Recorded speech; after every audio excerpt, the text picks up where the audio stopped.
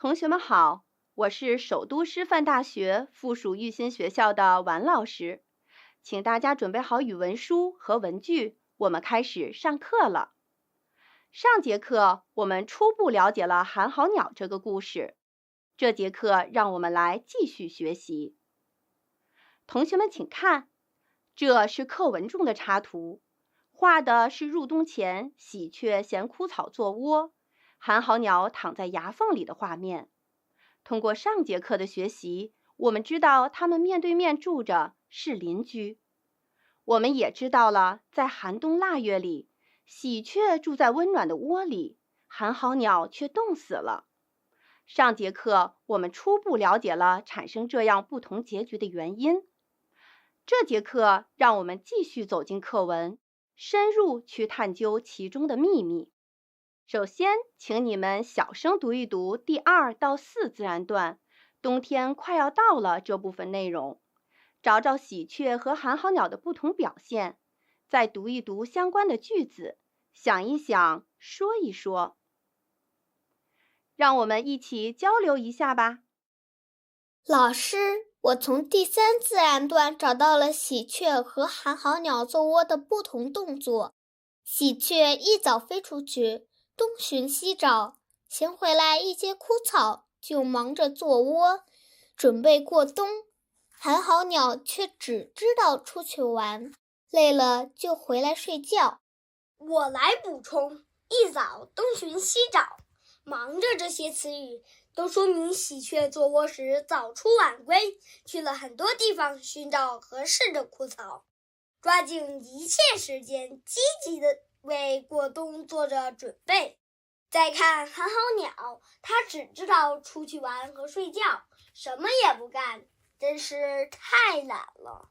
同学们抓住一些关键词句，具体感受到了它们不同的做法，请你们读一读吧。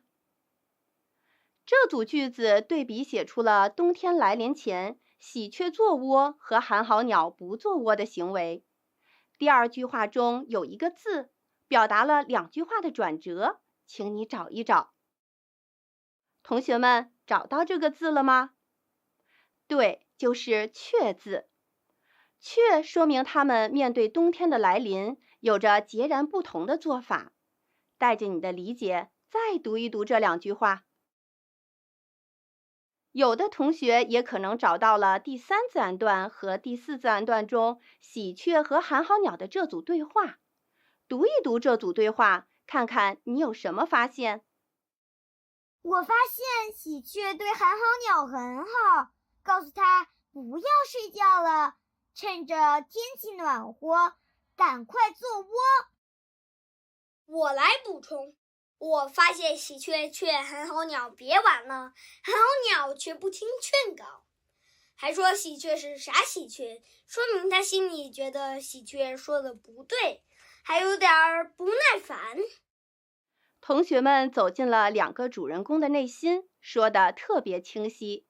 请你与同伴一起，一人读喜鹊的话，一人读寒号鸟的话，再耐心劝劝寒号鸟。让我们一起再来听听学习伙伴是怎么劝的。寒号鸟，别睡了，天气暖和，赶快做窝。傻喜鹊，不要吵，太阳高照，正好睡觉。时间过得真快，冬天说到就到。接下来，请你们小声读一读第5到7自然段，看看喜鹊和寒号鸟又有哪些不同的表现呢？请你读一读相关的句子，结合关键词语想一想，说一说。让我们一起交流一下吧。我发现了冬天寒风呼呼地刮着，喜鹊住在温暖的窝里，寒号鸟在牙缝里冻得直打哆嗦，不断地叫着嘟噜噜嘟噜噜，寒风冻死我，明天就做窝。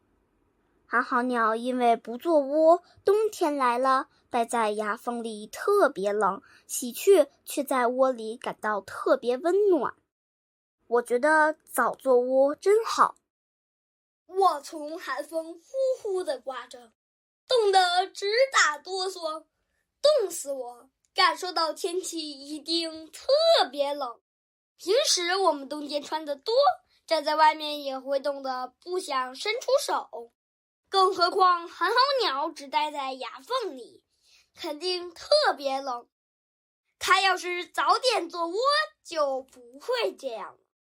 同学们抓住一些关键词句，让我们看到了喜鹊在温暖的窝里，寒号鸟在寒冷的风中不同的画面。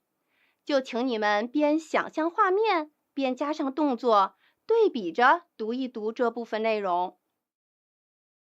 我们继续交流造成喜鹊和寒号鸟不同结局的原因。我发现喜鹊第二次来劝寒号鸟了。他说：“趁天晴，快做窝，现在懒惰，将来难过。”这次喜鹊不仅告诉寒号鸟赶紧趁着天气暖和的时候做窝，还告诉他不做窝，将来就得难过。那我们看看寒号鸟又是怎么回答的呢？寒号鸟不听劝告，还伸伸懒腰，让喜鹊别啰嗦，看出它实在是太懒了。我通过得过且过，知道了寒号鸟想过一天算一天，根本没有长远的打算。联系寒号鸟和喜鹊的2次对话，你有什么发现？读了寒号鸟与喜鹊的2次对话，我发现喜鹊第一次告诉寒号鸟要做窝，第2次还告诉他不做窝，将来就得难过，看出特别着急，想让寒号鸟做窝。但寒号鸟根本没有听喜鹊的劝说，入冬前它不想做窝，入冬后真的感到冷了，就想做窝，但看到天气晴朗，又想着玩，不想做，它只是嘴上说说，根本没有行动。我也想说，寒号鸟2次都说傻喜鹊，让喜鹊不要吵，少啰嗦，看出它特别不耐烦，根本听不进喜鹊的劝告。而且他说，趁着太阳高照，天气暖和，正好睡觉，说明他实在太懒了。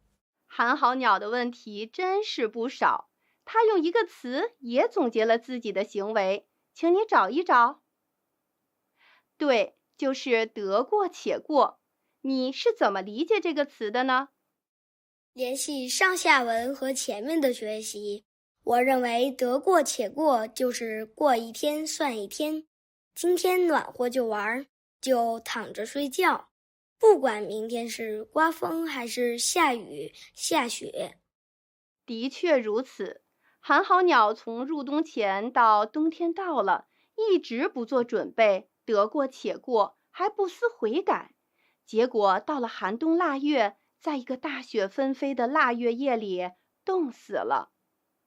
回顾我们之前的交流，你能试着用因为所以的句式说一说为什么喜鹊能住在温暖的窝里，寒号鸟却冻死了吗？自己先试一试。我们一起交流。喜鹊趁天晴做窝，所以冬天来了，它能住在温暖的窝里。因为寒号鸟得过且过，只知道玩和睡觉，不做窝，所以它最后冻死了。因为喜鹊知道冬天寒冷，很早就开始搭窝，寒号鸟却只说不做，迟迟不去搭窝，所以被冻死了。课文中提到寒号鸟冻得直打哆嗦，结合生活，你觉得还可以说冻得怎么样呢？我想起来冬天时的寒冷，穿着羽绒服在外面玩都觉得冷，所以还可以这样说：冻得直打喷嚏，冻得直咬牙，冻得直喝热水。像这样的短语，你们还能试着说几个吗？可以先读一读课后第3题中的内容。冻得直打哆嗦，热得直冒汗，冷得像冰窖，热得上钟楼。除了这些，我还知道跑得飞快，笑得合不拢嘴，忙得团团转。我仿照右边的例子，还有快得像火箭，慢得像乌龟，苦得像黄连，甜得像蜂蜜。看来同学们平时积累了很多词语，说得准确又丰富，还希望大家有意识把这些语言运用到我们平时的表达中去，让我们的语言也更生动。对于相同处境、不同结局的问题，我们都读懂了。读了故事之后，你从中懂得了什么道理呢？通过这个故事，我知道了我们要像喜鹊一样早做计划、早做准备，不能像寒号鸟得过且过。我明白了，做事不能得过且过，要用辛勤的劳动创造美好的生活。正像大家所说，我们做事要有长远的打算，不能只看到眼前利益，得过且过，要用勤劳创造美好生活。那让我们带着这样的感悟，和同伴们一人读喜鹊的话，一人读寒号鸟的话，一人做旁白，练习分角色朗读课文吧。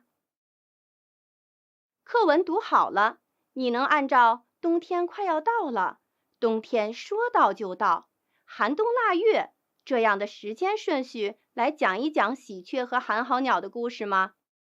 讲之前先想一想，在这3个不同的时间里，寒号鸟和喜鹊对于做窝这件事儿分别是怎么做的，又是怎么说的，结果又怎样呢？